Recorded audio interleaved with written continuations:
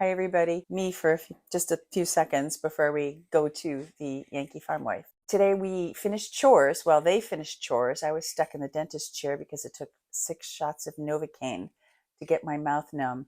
And it's only just gotten where I can talk again. But anyway, I do want to say I am absolutely flabbergasted still.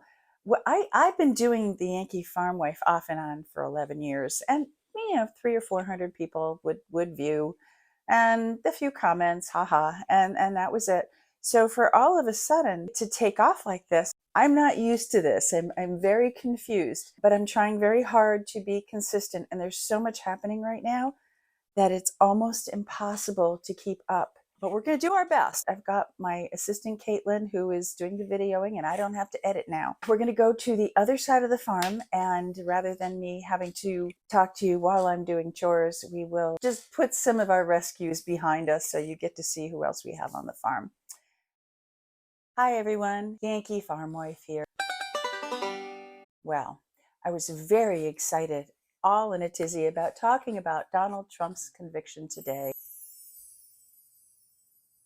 But I decided that I have faith in the New York judicial system to have done an honorable job of trying, judging, and sentencing our former bully in chief. Now, if it was the Supreme Court at work, I'd have no faith in their decision. Well, of course, if they ever got around to it, and recent history tells me they can't be bothered to address old number 45, perhaps because he gave them their jobs and who knows what else.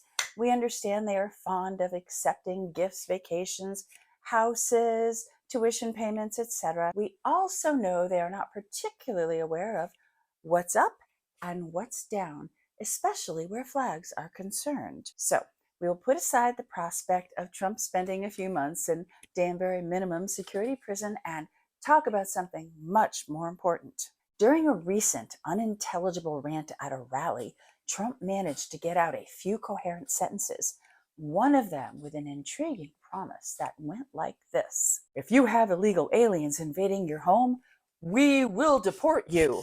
So many questions. First, I assume we are talking about South Americans and not the gray-green skinned variety that my friend Craig has abducted him in a close encounter scenario. Now, Donald, should the south of the border illegal aliens invade my home? And the very word implies they climb through open windows uninvited. Now, say I was off at Walmart picking up my prescription, stopped for an Italian ice, and got a lotto ticket, and arrived home to find two Mexicans making a sandwich in my kitchen, a family of Ecuadorians watching soap operas in another room, and possibly a Chilean shaving in the bathroom sink. How am I liable for this invasion? And if I'm not, how do I make myself liable? And I'm not asking for myself, of course, but for all the other Americans who are adamant that they will leave the United States if you get reelected. You see, the expense of relocating is overwhelming, but if Americans whose families have been here for hundreds of years can be deported to a country of our ancestry or choice on your dime, well, it does give one pause. How does one get on this list? It's simply not fair to tease people this way. My family came from all over Europe in several batches circa 1900. My DNA shows more than a dozen countries. Do we get to pick our country of deportation? Does it have to be Europe? Because we would be just as happy in Vancouver, British Columbia.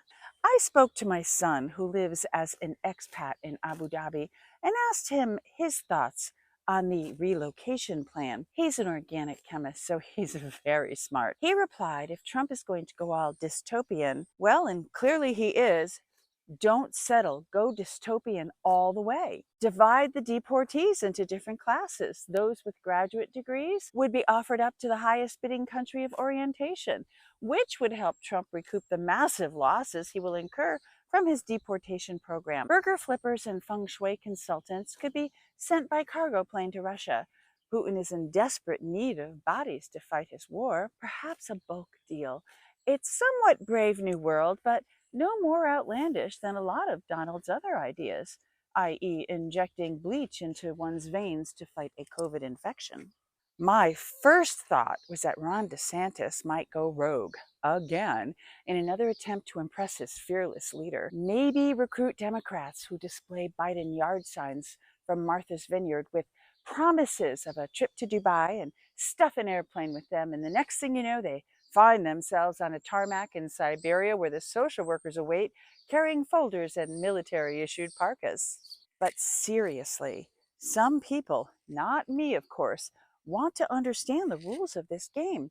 Should our home be invaded by illegal immigrants, how do we officially become liable for giving them safe harbor? Is dinner and a cocktail enough? What if we leave them clean sheets, a set of towels, and a bathrobe on the arm of the sofa? Cinnamon buns, perhaps?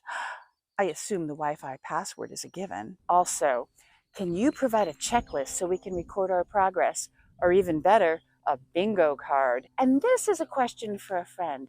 If and when we qualify for deportation, does that get us out of jury duty for life? And one last question, Donald Trump.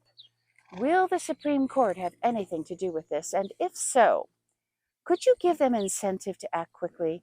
Perhaps a cruise and or an original Van Gogh. Some of us, not me of course, would like to be settled in the vicinity of Whistler before the holidays. Please answer ASAP, Mr. Trump. Inquiring minds want to know.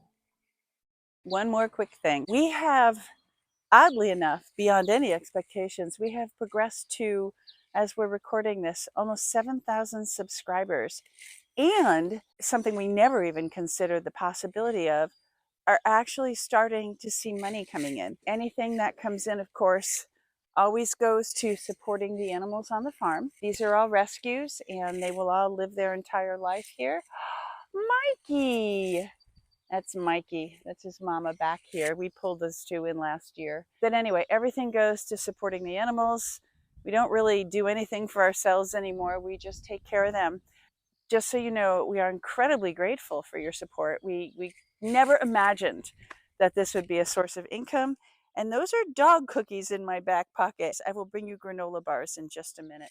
Anyway, again, thank you so much. You are amazing. We are so grateful. All right, everybody. Mwah.